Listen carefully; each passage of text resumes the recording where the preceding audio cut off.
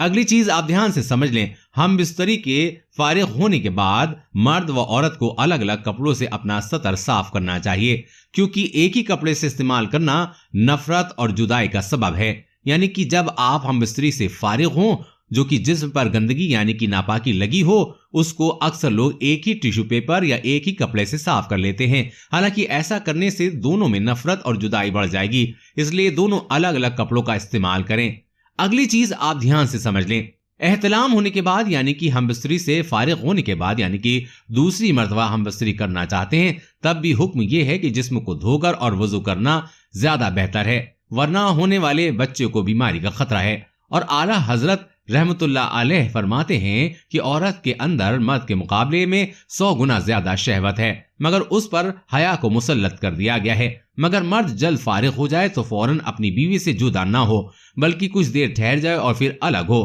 اگر آپ لوگ اپنی بیوی کے ساتھ ہم بستری کرتے ہیں تو ظاہر سی بات ہے کہ مرد جلدی فارغ ہو جائے گا، تو مرد کو چاہیے کہ وہ اپنی بیوی کو پوری طریقے سے سیٹسفائی کر کے اس کے بعد ہی اپنی بیوی سے جدا ہو۔ اور حضرت امام غزالی رضی اللہ تعالیٰ عنہ فرماتے ہیں کہ ہم بستری کرنا یعنی کہ صحبت کرنا لذت میں سے ایک لذت ہے، اور حضرت جنید بغدادی رضی اللہ تعالیٰ عنہ فرماتے ہیں کہ انسان کو ہم بستری کی ایسی ضرورت ہے جیسے کہ غذا کی، کیونکہ بیوی دن کی طہارت کا سبب ہے۔ اور مسلم شریف کی ایک حدیث پاک کی جس طرح حرام صحبت کرنا گناہ ہے، اسی طرح جائز صحبت پر نیکیاں بھی ہیں، یعنی کہ حرام طریقے سے ہم بستری کی جائے تو جس طریقے سے حرام طریقے سے ہم بستری کی جائے تو اس پر گناہ ملتا ہے، اور اسی طریقے سے اگر ہم بستری کو جائز اور اسلامک طریقے سے کر لیا جائے یعنی کہ شریعت کے مطابق کر لیا جائے تو اس کی ہر سانس پر اس کو نیکیاں ملتی ہیں۔ کس طریقے سے آپ لوگ سمجھ لو۔ ام المومنین سیدہ عائشہ صدیقہ رضی اللہ تعالیٰ عنہ سے مروی ہے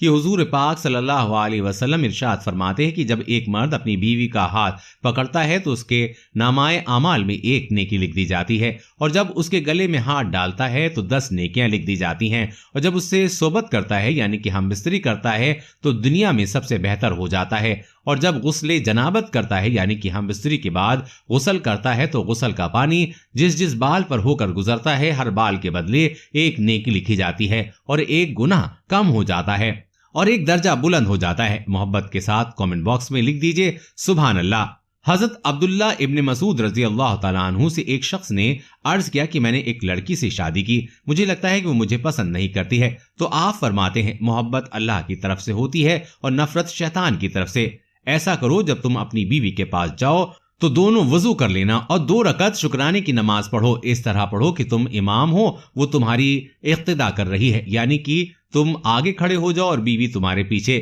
تمہارے ساتھ شکرانے کی نفل ادا کرے۔ انشاءاللہ ایسا کرنے سے تم اسے محبت وفادار کرنے والی پاؤ گے۔ اب ایک بہت بڑا مسئلہ آتا ہے، اگر کسی کمرے میں قرآن پاک رکھا ہو تو اس کمرے میں ہم بستری کس طرح سے کی جائے؟ ہم بستری کرنا صحیح ہے یا غلط؟ یہ سوال بہت سارے لوگوں کے دماغ میں رہتا ہے۔ اس کی دلیل کے ساتھ آپ مسئلہ سنیں۔ فتویٰ رضاویہ جلد نمبر 9 صفحہ نمبر 522 پر ہے، اگر آپ کے کمرے میں کوئی ایسا نقش لگا ہوا ہے جس پر قرآن کی آیت لکھی ہوئی ہے، جیسے بہت سارے کمرے ہوتے ہیں آیت الکرسی وغیرہ لکھی ہوتی ہے، تو آپ کو چاہیے کہ اس کمرے میں ہم بستری کرنے سے پہلے اس نقش کے اوپر یا پھر کوئی قرآن کی آیت آپ کے کمرے میں لگی ہو تو اس قرآن کی آیت پر کپڑا ڈال دیں، نہیں تو ہم بستری دور کی بات ہے، اس کمرے میں کپڑے چینج کرنا بھی بے ادبی ہے۔ اس کمرے میں برہنہ یعنی کہ پورا ننگا ہونا بھی ایک بے ادبی ہے۔ یہ بات آپ کان کھول کر سن لیں۔ اسی طریقے سے اگر قرآن پاک بنا کسی غلاف کے رکھا ہوا ہے یعنی کہ جو ہم قرآن کے اوپر کپڑا چڑھاتے ہیں اس کو غلاف بھی کہا جاتا ہے، اگر بغیر غلاف کے قرآن پاک اس کمرے میں رکھا ہوا ہے تو اس کمرے میں ہم بستری نہ کریں، بہتر ہے قرآن پاک کو غلاف کے اندر کر کے رکھیں تاکہ اس کمرے میں کوئی بھی بے ادبی نہ کر پائے۔ ایسے ہی قبلے کی طرف پورے کپڑے اتار کر کھڑا نہیں ہونا چاہیے، ایسا کرنا بالکل منع ہے۔ زیادہ بوڑھی عورت سے یا کھڑے ہو کر صحبت کرنا جس میں باہل یعنی کہ کمزور ہو جاتا ہے، اسی طریقے سے بھرے پیٹ پر صحبت کرنا نقصان دہ ہے، اور ہم بستری کرنے کے بعد عورت کو دائیں کروٹ پر لیٹنے کا حکم ہے، یہ آپ کی اولاد کے لیے زیادہ بہتر ہے۔ اور ایک بات آپ لوگ دھیان رکھنا کہ ہم بستری کے فوراً بعد پانی پینا صحت کے لیے نقصان دائق ہے، ہاں لیکن ہم بستری کے فوراً بعد دونوں کو پیشاب کر لینا دونوں کے لیے زیادہ فائدہ مند ہے۔ عورت کے ساتھ حیض میں یعنی کہ پیریڈ کی حالت میں صحبت کرنا جائز نہیں ہے، اگرچہ شادی کی پہلی رات ہی کیوں نہ ہو۔ اب اگر آپ کی شادی ہوئی ہے اور آپ کی بیوی کا پیریڈ ہو رہا ہے تب بھی حکم یہ ہے، چاہے وہ شادی کی پہلی رات ہی کیوں نہ ہو، اگر بیوی کو پیریڈ ہے تو آپ اس کے ساتھ ہم بستری نہیں کر سکتے۔ اگر کوئی اس کو جائز ہے، یعنی کہ پیریڈ کے وقت ہم بستری کرنے کو کوئی انسان جائز کرے تو وہ انسان کھلا کافر ہے۔ اسی طرح عورت کے پیچھے کے مقام میں ہم بستری کرنا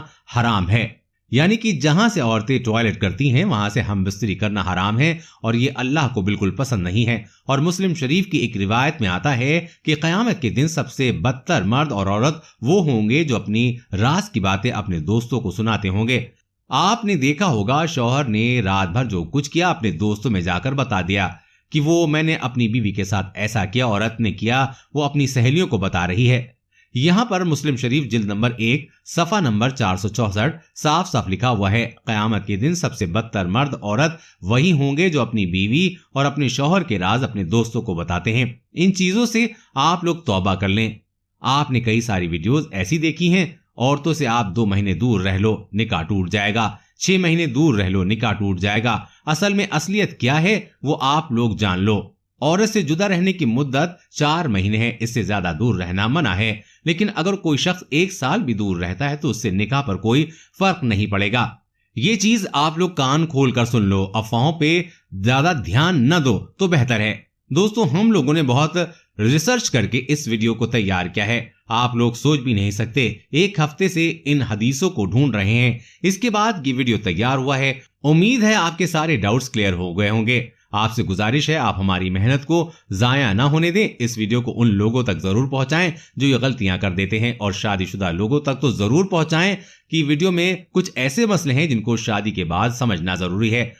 تو جن لوگوں کی شادی ہونے والی ہے یا جن کی شادی ہو چکی ہے ان لوگوں تک یہ ویڈیو ضرور پہنچا دیں، آپ کی بڑی مہربانی ہوگی۔ ہو سکتا ہے آپ کی ایک شیئرنگ سے کوئی بندہ ان غلطیوں سے بچ جائے، اور اللہ کو کیا پتا کون سی نیکی پسند آ جائے، تو نیکی سمجھ کر اس ویڈیو کو آگے ضرور بڑھائیں۔